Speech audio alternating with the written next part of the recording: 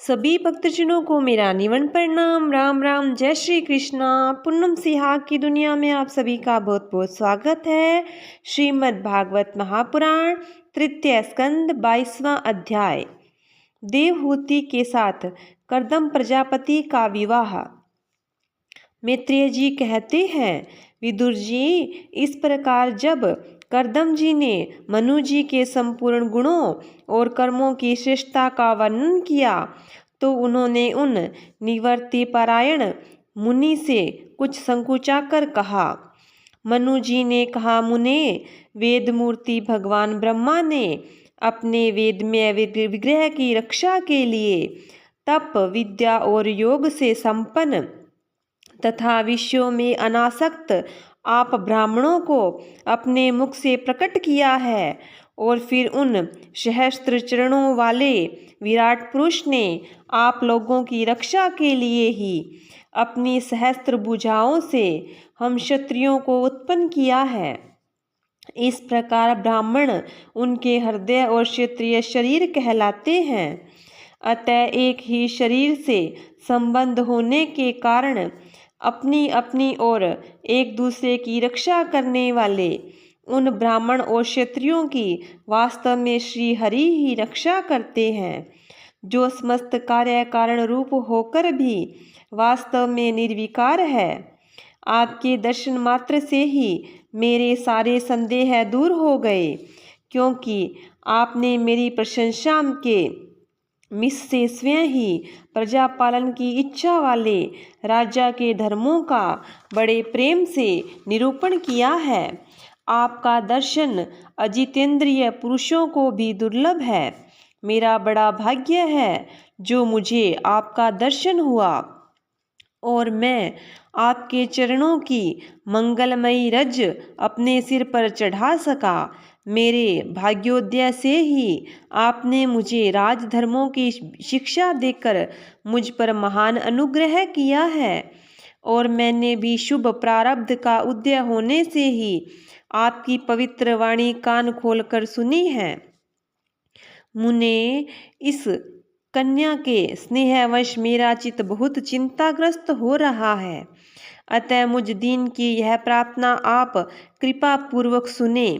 यह मेरी कन्या, जो प्रियव्रत और उत्तानपाद की बहन है, अवस्थाशील और गुण आदि में अपने योग्य पति को पाने की इच्छा रखती है। जब से इसने नारद जी के मुख से आपके शील, विद्या, रूप, आयु और गुणों का वर्णन सुना है, तभी से यह आपको अपना पति बनाने का निश्चय कर चुकी है। द्विजवर, मैं बड़ी श्रद्धा से आपको यह कन्या समर्पित करता हूँ। आप इसे स्वीकार कीजिए। यह गृहस्थोचित कार्यों के लिए सब प्रकार से आपके योग्य है। जो भोग स्वतः प्राप्त हो जाए उसकी अवहेलना करना विरक्त पुरुषों को भी उचित नहीं है। फिर विषयासक्त की तो बात ही क्या है। जो पुरुष स्वयं प्राप्त हुए भोग का निरादर कर फिर किसी कृपण के आगे हाथ पसारता है, उसका बहुत फैला हुआ यश भी नष्ट हो जाता है और दूसरों के तिरस्कार से मान भंग भी होता है। विद्वान, मैंने सुना है आप विवाह करने के लिए उद्यत हैं। आपका ब्रह्मचर्य एक सीमा तक है। आप नैष्ठिक ब्रह्मचारी तो है नहीं, इसलिए अब आप इस कन्या को स्वीकार कीजिए। मैं इसे आपको अर्पित करता हूँ। श्री कर्दम मुनि ने कहा, ठीक है, मैं विवाह करना चाहता हूँ और आपकी कन्या का अभी किसी के साथ वाग्दान नहीं हुआ है, इसलिए हम दोनों का सर्वश्रेष्ठ ब्राह्मण विधि से विवाह होना उचित ही होगा। राजन, वेदोक्त विवाह विधि में प्रसिद्ध जो गर्भणामि ते इत्यादि मंत्रों में बताया हुआ काम संतानोत्पान रूप मनोरथ है, वह आपकी इस कन्या के साथ हमारा संबंध होने से सफल होगा। भला जो अपनी अंग कांति से आभूषण आदि की शोभा को भी तिरस्कृत कर रही है, आपकी उस कन्या का कौन आदर न करेगा। एक बार यह अपने महल की छत पर गेंद खेल रही थी। गेंद के पीछे इधर उधर दौड़ने के कारण इनके नेत्र चंचल हो रहे थे और पैरों की पाजेब मधुर झनकार करते जाते थे। उस समय इसे देखकर विश्वावसु गंधर्व मोहवश अचेत होकर अपने विमान से गिर पड़ा था। वही इस समय यहाँ स्वयं आकर प्रार्थना कर रही है। ऐसी अवस्था में कौन समझदार पुरुष इसे स्वीकार न करेगा। यह तो साक्षात आप महाराज श्री स्वयंभू मनु की दुलारी कन्या और उत्तानपाद की प्यारी बहन है तथा यह रमणियों में रत्न के समान है। जिन लोगों ने कभी श्री लक्ष्मी जी के चरणों की उपासना नहीं की है उन्हें तो इसका दर्शन भी नहीं हो सकता। अतः मैं आपकी इस साध्वी कन्या को अवश्य स्वीकार करूँगा, किंतु एक शर्त के साथ। जब तक इसके संतान न हो जाएगी तब तक मैं गृहस्थ धर्मानुसार इसके साथ रहूँगा। उसके बाद भगवान के बताए हुए संन्यास प्रधान हिंसा रहित शम दम आदि धर्मों को ही अधिक महत्व दूंगा, जिससे इस विचित्र जगत की उत्पत्ति हुई है, जिसमें यह लीन हो जाता है और जिनके आश्रय से यह स्थित है। मुझे तो वे प्रजापतियों के भी पति भगवान श्री अनंत ही सबसे अधिक मान्य हैं। मैत्रेय जी कहते हैं, प्रचंड धनुधर विदुर करदम जी केवल इतना ही कह सके, फिर वे हृदय में भगवान कमलनाभ का ध्यान करते हुए मौन हो गए। उस समय उनके मंद हास्यायुक्त मुख कमल को देखकर देवहूति का चित्त लुभा गया। मनु जी ने देखा कि इस संबंध में महारानी शत्रुपा और राजकुमारी की स्पष्ट अनुमति है। अतः उन्होंने अनेक गुणों से संपन्न करदम जी को उन्हीं के समान गुणवती कन्या का प्रसन्नता पूर्वक दान कर दिया। महारानी शत्रुपा ने भी बेटी और दामाद को बड़े प्रेम पूर्वक बहुत से बहुमूल्य वस्त्र, आभूषण और गृहस्थोचित पात्र आदि दहेज में दिए। इस प्रकार सुयोग्य वर को अपनी कन्या देखकर महाराज मनु निश्चित हो गए। चलती बार उनका वियोग न सह सकने के कारण उन्होंने उत्कंठावश विहलचित होकर उसे अपनी छाती से चिपटा लिया और बेटी बेटी कहकर रोने लगे। उनकी आंखों से आंसुओं की झड़ी लग गई और उन्होंने देवहूति के सिर के सारे बाल भिगो दिए। फिर वे मुनिवर करदम से पूछकर उनकी आज्ञा ले रानी के सहित रथ पर सवार हुए और अपने सेवकों सहित ऋषिकुल सेवित सरस्वती नदी के दोनों तीरों पर मुनियों के आश्रमों की शोभा देखते हुए अपनी राजधानी में चले गए। जब ब्रह्मावर्त की प्रजा को यह समाचार मिला कि उनके स्वामी आ रहे हैं, तब वह अत्यंत आनंदित होकर स्तुति गीत एवं बाजे गाजे के साथ अगवानी करने के लिए ब्रह्मावर्त की राजधानी से बाहर आई। सब प्रकार के संपदाओं से युक्त बृहस्पति नगरी मनु जी की राजधानी थी, जहाँ पृथ्वी को रसातल से ले आने के पश्चात शरीर कंपाते समय श्री वराह भगवान के रोम झड़कर गिरे थे। वे रोम ही निरंतर हरे भरे रहने वाले कुश और काश हुए, जिसके द्वारा मुनियों ने यज्ञ में विघ्न डालने वाले दैत्यों का तिरस्कार कर भगवान यज्ञ पुरुष की यज्ञों द्वारा आराधना की है। महाराज मुनि ने भी श्री वाराह भगवान से भूमि रूप निवास स्थान प्राप्त होने पर इसी स्थान में कुश और काश की बहिर्चटाई बिछाकर श्री यज्ञ भगवान की पूजा की थी। जिस बृहस्पतिपुरी में मनु जी निवास करते थे उसमें पहुंचकर उन्होंने अपने त्रितापनाशक भवन में प्रवेश किया। वहां अपनी भार्या और संतति के सहित वे धर्म अर्थ और मोक्ष के अनुकूल भोगों को भोगने लगे। प्रातःकाल होने पर गंधर्वगण अपनी स्त्रियों के सहित उनका गुणगान करते थे, किंतु मनु जी उनमें आसक्त न होकर प्रेम पूर्ण हृदय से श्री हरि की कथाएं ही सुना करते थे। वे इच्छानुसार भोगों का निर्माण करने में कुशल थे, किंतु मननशील और भगवत पारायण होने के कारण भोग उन्हें किंचित भी विचलित नहीं कर पाते थे। भगवान विष्णु की कथाओं का श्रवण, ध्यान, रचना और निरूपण करते रहने के कारण उनके मनवंतर में व्यतीत करने वाले क्षण कभी व्यर्थ नहीं जाते थे।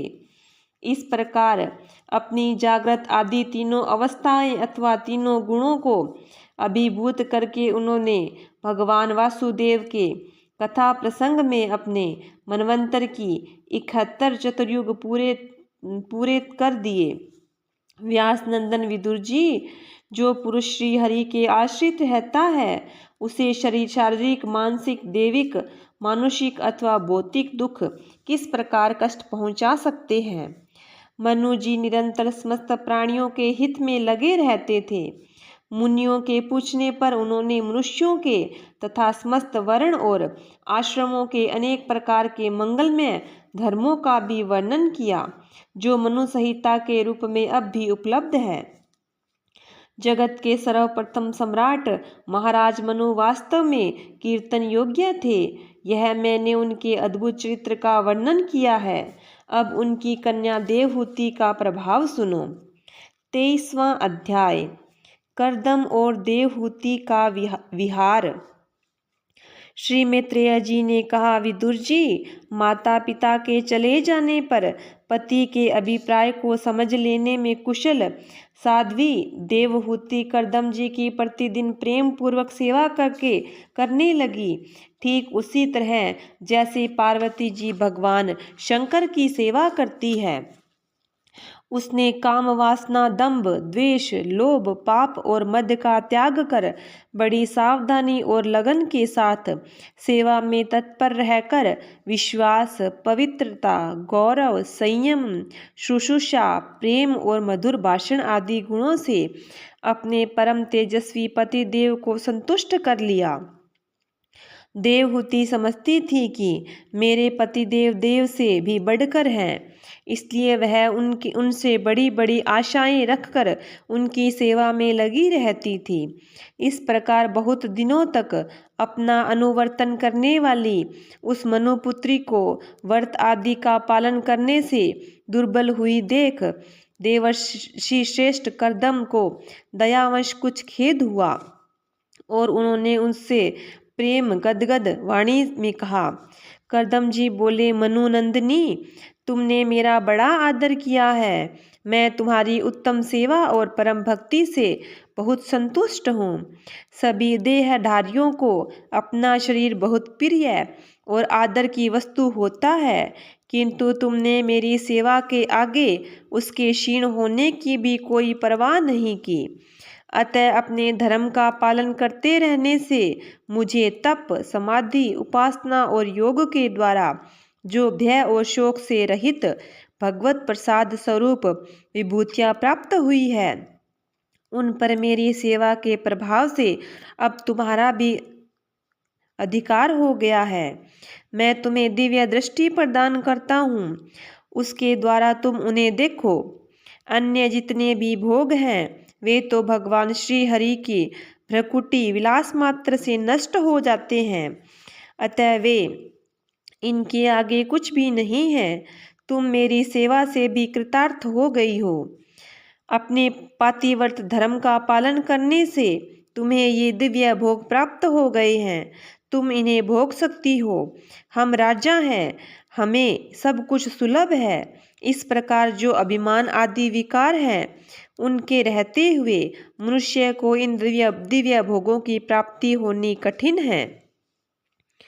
कर्दम जी के इस प्रकार कहने से अपने पति देव को संपूर्ण योग माया और विद्याओं में कुशल जानकर उस अबला की सारी चिंता जाती रही। उसका मुख किंचित संकोच भरी चितवन और मधुर मुस्कान से खिल उठा और वह विनय और प्रेम से गदगद वाणी से इस प्रकार कहने लगी। देवहूति ने कहा, द्विज श्रेष्ठ स्वामिन, मैं यह जानती हूँ कि कभी निष्फल न होने वाली योग शक्ति और त्रिगुणात्मिकता माया पर अधिकार रखने वाले आपको ये सब ऐश्वर्य प्राप्त हैं, किंतु प्रभु आपके विवाह के समय जो प्रतिज्ञा की थी कि गर्भदान होने तक मैं तुम्हारे साथ ग्रस्त सुख का उपभोग करूंगा, उसकी अब पूर्ति होनी चाहिए, क्योंकि श्रेष्ठ पति के द्वारा संतान प्राप्त होना पतिव्रता स्त्री के लिए महान लाभ है। हम दोनों के समागम के लिए शास्त्र के अनुसार जो कर्तव्य हो उसका आप उपदेश दीजिए और उबटन, गंध, भोजन आदि उपयोगी सामग्रियां भी जुटा दीजिए, जिससे मिलन की इच्छा से अत्यंत दीन दुर्बल हुआ मेरा यह शरीर आपके अंग संग के योग्य हो जाए, क्योंकि आपकी तो बढ़ाई हुई काम वेदना से मैं पीड़ित हो रही हूँ। स्वामीन, इस कार्य के लिए यह उपयुक्त भवन तैयार हो जाए, इसका भी विचार कीजिए। मैत्रेय जी कहते हैं, विदुर जी, कर्दम मुनि ने अपनी प्रिया की इच्छा पूर्ण करने के लिए उसी समय योग में स्थित होकर एक विमान रचा जो इच्छा अनुसार सर्वत्र जा सकता था। यह विमान सब प्रकार के इच्छित भोग सुख प्रदान करने वाला, अत्यंत सुंदर, सब प्रकार के रत्नों से युक्त, सब संपत्तियों की उत्तरोत्तर वृद्धि से संपन्न तथा मणिमय खंभों से सुशोभित था। वह सभी ऋतुओं में सुखदायक था और उसमें जहाँ तहाँ सब प्रकार की दिव्य सामग्रियां रखी हुई थी तथा उसे चित्र विचित्र रेशमी झंडियों और पताकाओं से खूब सजाया गया था, जिन पर भ्रमर गण मधुर गुंजार कर रहे थे। ऐसे रंग बिरंगे पुष्पों की मालाओं से तथा अनेक प्रकार के सूती और रेशमी वस्त्रों से वह अत्यंत शोभायमान हो रहा था। एक के ऊपर एक बनाए हुए कमरों में अलग अलग रखी हुई शैया, पलंग, पंखे और आसनों के कारण वह बड़ा सुंदर जान पड़ता था। जहाँ तहाँ दीवारों में की हुई शिल्प रचना से उसका अपूर्व शोभा हो रही थी। उसमें पन्ने का फर्श था और बैठने के लिए मूंगे की वेदियां बनाई गई थी। मूंगे की ही दहेलियां थी। उनके द्वारों में हीरे के किवाड़ थे तथा इंद्रनील मणि के शिखरों पर सोने के कलश रखे हुए थे। उनकी हीरे की दीवारों में बढ़िया लाल जड़े हुए थे, जो ऐसे जान पड़ते थे मानो विमान की आंखें हो, तथा उसे रंग बिरंगे चंदोवे और बहुमूल्य सुनहरी बंदरवारों से सजाया गया था। उस विमान में जहाँ तहाँ कृत्रिम हंस और कबूतर आदि पक्षी बनाए गए थे, जो बिल्कुल सजीव से मालूम पड़ते थे।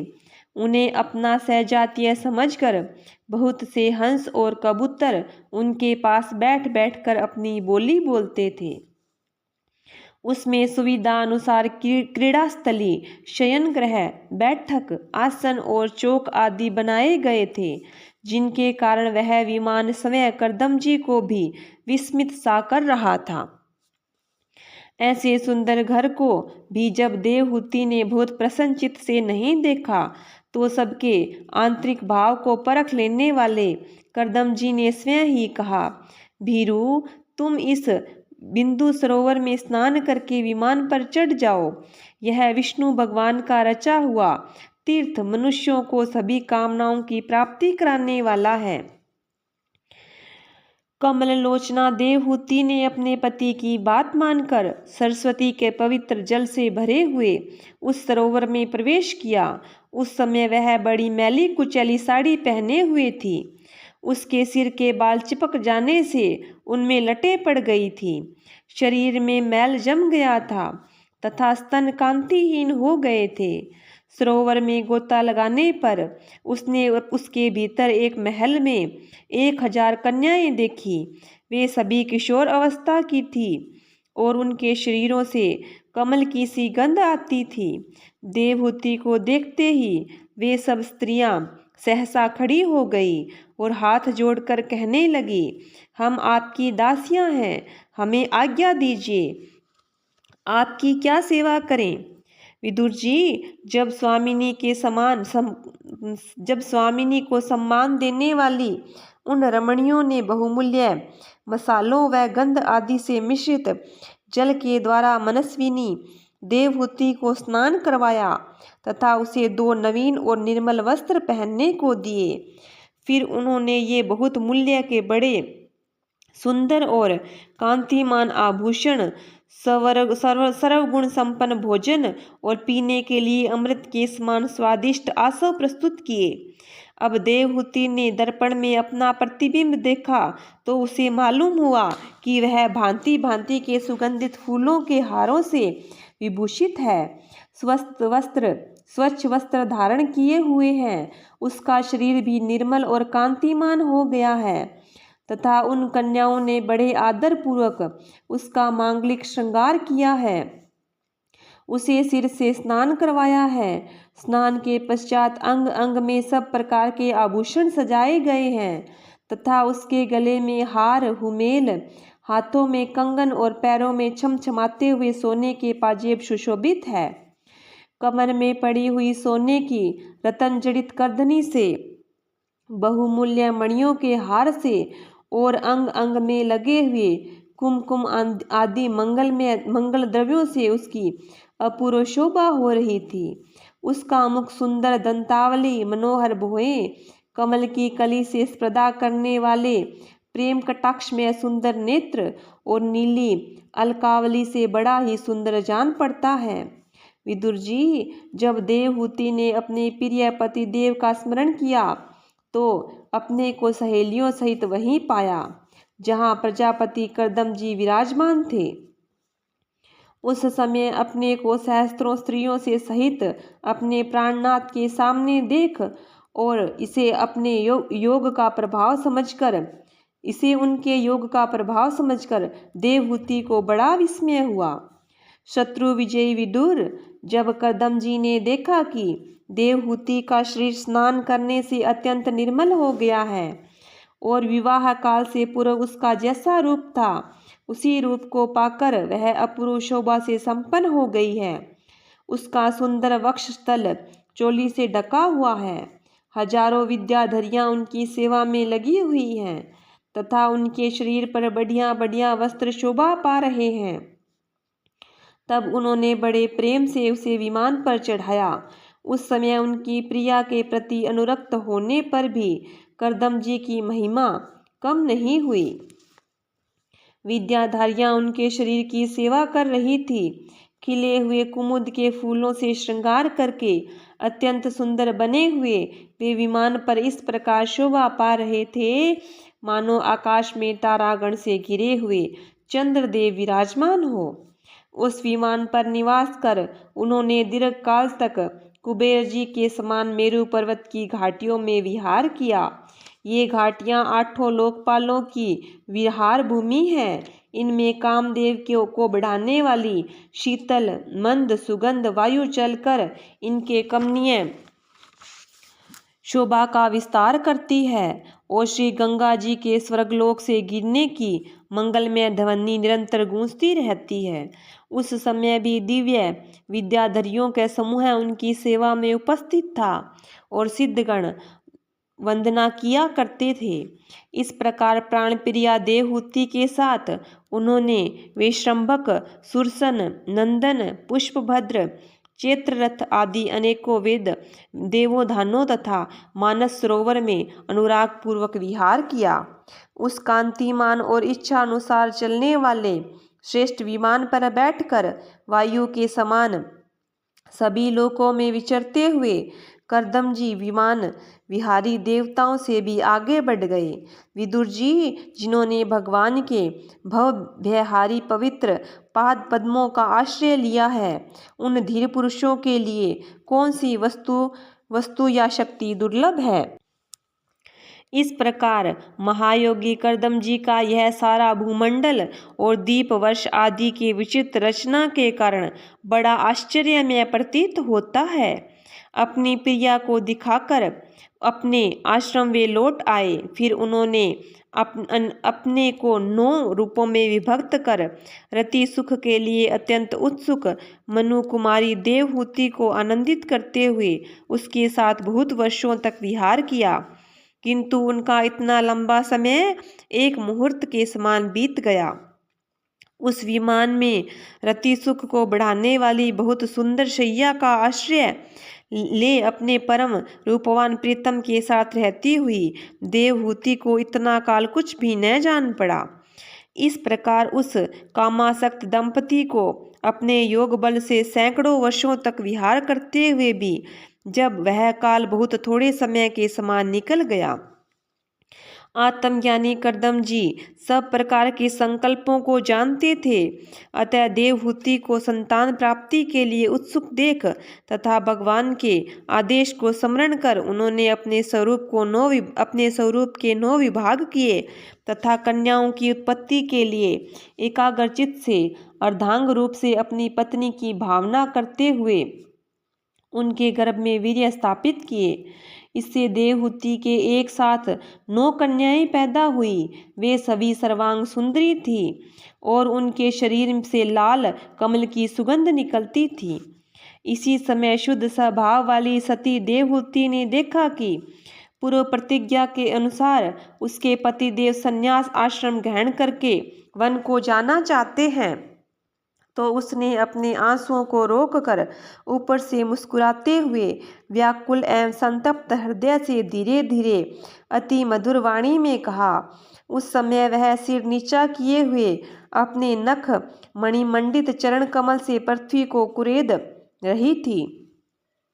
देवहूति ने कहा, भगवान, आपने जो कुछ प्रतिज्ञा की थी वह सब तो पूर्णतः निभा दी, तो भी मैं आपकी शरणागत हूँ, अतः आप मुझे अभय दान और दीजिए। ब्राह्मण, इन कन्याओं के लिए योग्य वर खोजने पड़ेंगे और आपके वन चले जाने के बाद मेरे जन्म मरण रूप शोक को दूर करने के लिए भी कोई होना चाहिए। प्रभु, अब तक परमात्मा से विमुख रहकर मेरा जो समय इंद्रिय सुख भोगने में बीता है वह तो निरर्थक ही गया। आपके परम प्रभाव को न जानने के कारण मैंने इंद्रियों के विषय में आसक्त रहकर आपसे अनुराग किया, तथापि यह मेरे संसार भय को दूर करने वाला ही होना चाहिए। अज्ञानवश असत पुरुषों के साथ किया हुआ जो संग संसार बंधन का कारण होता है, वही सत्पुरुषों के साथ किए जाने पर असंगता प्रदान करता है। संसार में जिस पुरुष के कर्मों से न तो धर्म का संपादन होता है, न वैराग्य होता है और न ही भगवान की सेवा ही संपन्न होती है, वह पुरुष जीते ही मुर्दे के समान है। अवश्य ही मैं भगवान की माया से बहुत ठगी गई। जो आप जैसे मुक्तिदाता पतिदेव को पाकर भी मैंने संसार बंधन से छूटने की इच्छा नहीं की। 24वां अध्याय। श्री कपिल देव जी का जन्म। श्री मैत्रेय जी कहते हैं, उत्तम गुणों से सुशोभित मनु कुमारी देवहूति ने जब ऐसी वैराग्य युक्त बातें कही, तब कृपालु कर्दम मुनि ने भगवान विष्णु के कथन का स्मरण किया और उन्होंने उससे कहा। कर्दम जी बोले, दोष रहित राजकुमारी, तुम अपने विषय में इस प्रकार खेद न करो। तुम्हारे गर्भ में अविनाशी भगवान विष्णु शीघ्र पधारेंगे। प्रिय, तुमने अनेक प्रकार के व्रतों का पालन किया है, अतः तुम्हारा कल्याण होगा। अब तुम संयम, नियम, तप और दान आदि करती हुई श्रद्धा पूर्वक भगवान का भजन करो। इस प्रकार आराधना करने पर श्री हरि तुम्हारे गर्भ से अवतीर्ण होकर मेरा यश बढ़ावेंगे और ब्रह्म ज्ञान का उपदेश करके तुम्हारे हृदय की अहंकारमयी ग्रंथि का छेदन करेंगे। श्री मैत्रेय जी कहते हैं, विदुर जी, प्रजापति कर्दम के आदेश से गौरव बुद्धि होने से देवहूति ने उस पर पूर्ण विश्वास किया और वह निर्विकार जगत गुरु भगवान श्री पुरुषोत्तम की आराधना करने लगी। इस प्रकार बहुत समय बीत जाने पर भगवान मधुसूदन कर्दम जी के वीर्य का आश्रय ले उसके गर्भ में इस प्रकार प्रकट हुए जैसे काष्ठ में से अग्नि।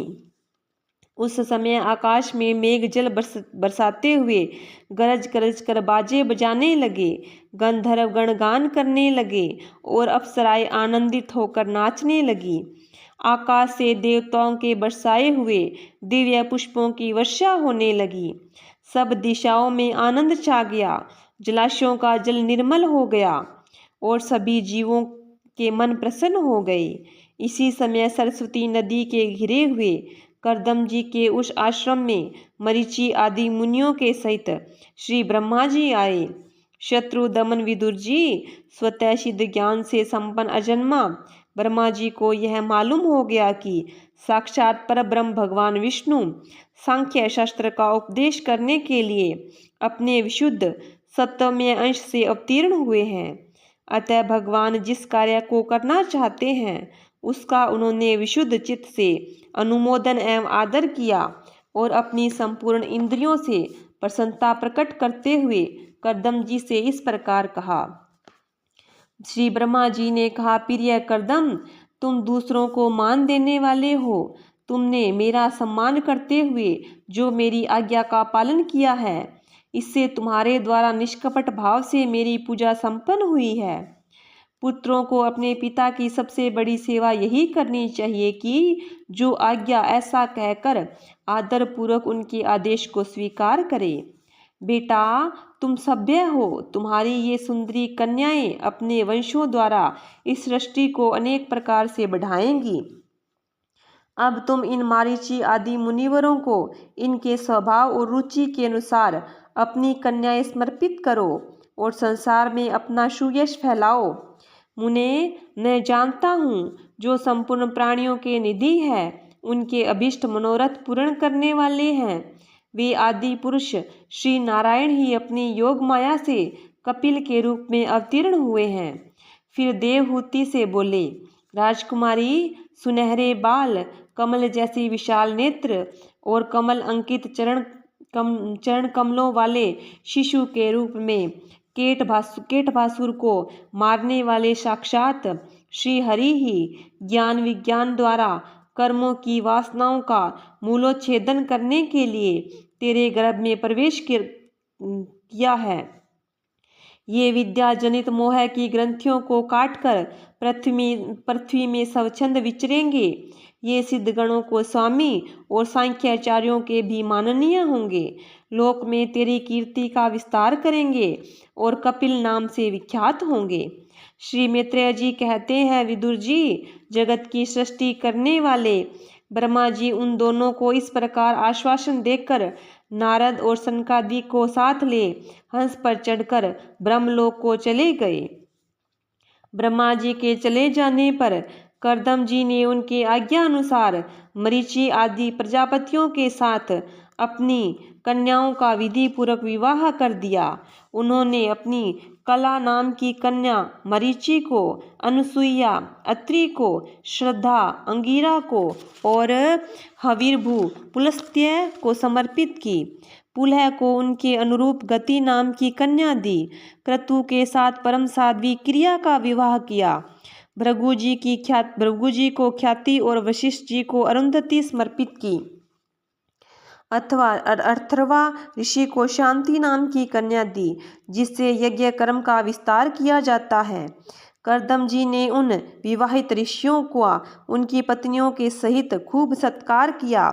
विदुर जी, इस प्रकार विवाह हो जाने पर वे सब ऋषि करदम जी की आज्ञा ले अति आनंद पूर्वक अपने अपने आश्रमों को चले गए।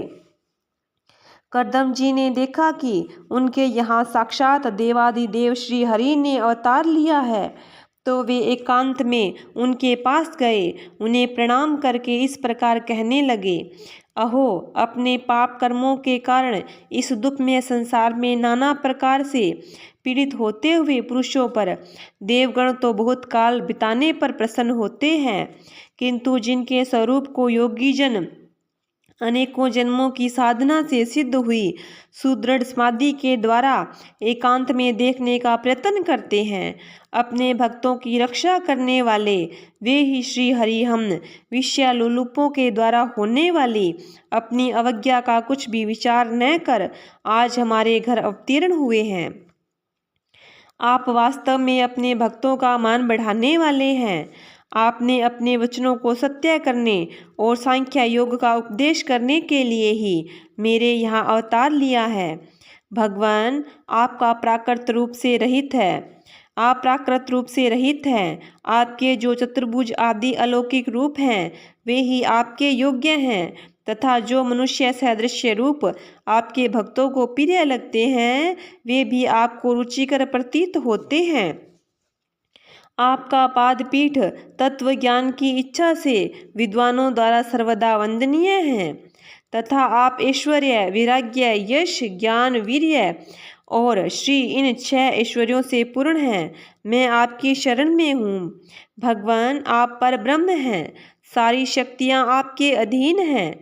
प्रकृति, पुरुष, महतत्व, काल, त्रिविध, अहंकार, समस्त लोक और लोकपालों के रूप में ही आप प्रकट हैं, रूप में आप ही प्रकट हैं, तथा आप सर्वज्ञ परमात्मा ही इस सारे प्रपंच को चेतन शक्ति के द्वारा अपने में लीन कर लेते हैं।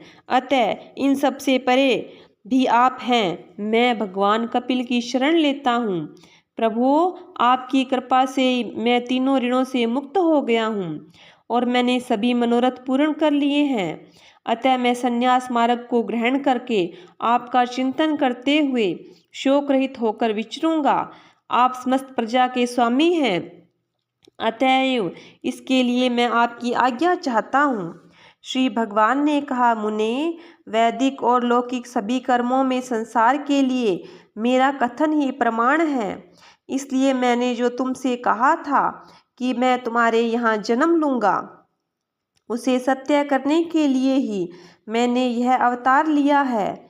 इस लोक में मेरा यह जन्म लिंग शरीर से मुक्त होने की इच्छा वाले मुनियों के लिए आत्मदर्शन में उपयोगी प्रकृति आदि तत्वों का विवेचन करने के लिए ही हुआ है। आत्मज्ञान का यह सूक्ष्म मार्ग बहुत समय से लुप्त हो गया है। इसे फिर से परिवर्तित करने के लिए ही मैंने यह शरीर ग्रहण किया है, ऐसा जानो। मुने, मैं आज्ञा देता हूँ कि तुम इच्छा अनुसार जाओ और अपने संपूर्ण कर्म मुझे अर्पण करते हुए दुर्जय मृत्यु को जीतकर मोक्ष पद प्राप्त करने के लिए मेरा भजन करो। मैं स्वयं प्रकाश और संपूर्ण जीवों के अंतःकरण में रहने वाला परमात्मा ही हूँ। अतः जब तुम विशुद्ध बुद्धि के द्वारा अपने अंतःकरण में मेरा साक्षात्कार कर लोगे, तब सब प्रकार के शोकों से छूटकर निर्भय पद मोक्ष प्राप्त कर लोगे। माता देवहूति को भी मैं संपूर्ण कर्मों से छुड़ाने वाला आत्मज्ञान प्रदान करूंगा, जिससे यह संसार रूप भय से पार हो जाएगी। श्री मैत्रेय जी कहते हैं, भगवान कपिल के इस प्रकार कहने पर प्रजापति कर्दम जी की उनकी परिक्रमा करके प्रसन्नतापूर्वक वन को चले गए। वहाँ अहिंसा में संन्यास धर्म का पालन करते हुए वे एकमात्र श्री भगवान की शरण हो गए तथा अग्नि और आश्रम का त्याग करके निसंग भाव से पृथ्वी पर विचरने लगे, जो कार्य कारण से अतीत है, सत्व आदि गुणों का प्रकाशक और निर्गुण है और अन्य भक्ति से ही प्रत्यक्ष होता है। उस परब्रह्म से उन्होंने अपना मन लगा लिया। वे अहंकार, ममता और सुख दुखादि द्वंद्वों से छूटकर समदर्शी भेद दृष्टि से रहित हो गए। सब में अपनी आत्मा को देखने लगे। उनकी बुद्धि अंतर्मुख और शांत हो गई। उस समय धीर कर्दम जी शांत लहरों वाले समुद्र के समान जान पड़ने लगे। परम भक्ति भाव द्वारा सर्वांतरयामी सर्वज्ञ श्री वासुदेव में चित्त स्थिर हो जाने से ही वे सारे बंधनों से मुक्त हो गए। संपूर्ण भूतों में अपनी आत्म श्री भगवान को और संपूर्ण भूतों को आत्म स्वरूप श्री हरि में स्थित देखने लगे। इस प्रकार इच्छा और द्वेष से रहित सर्वत्र समबुद्धि और भगवत भक्ति से संपन्न होकर श्री कर्दम जी ने भगवान का परम पद प्राप्त किया।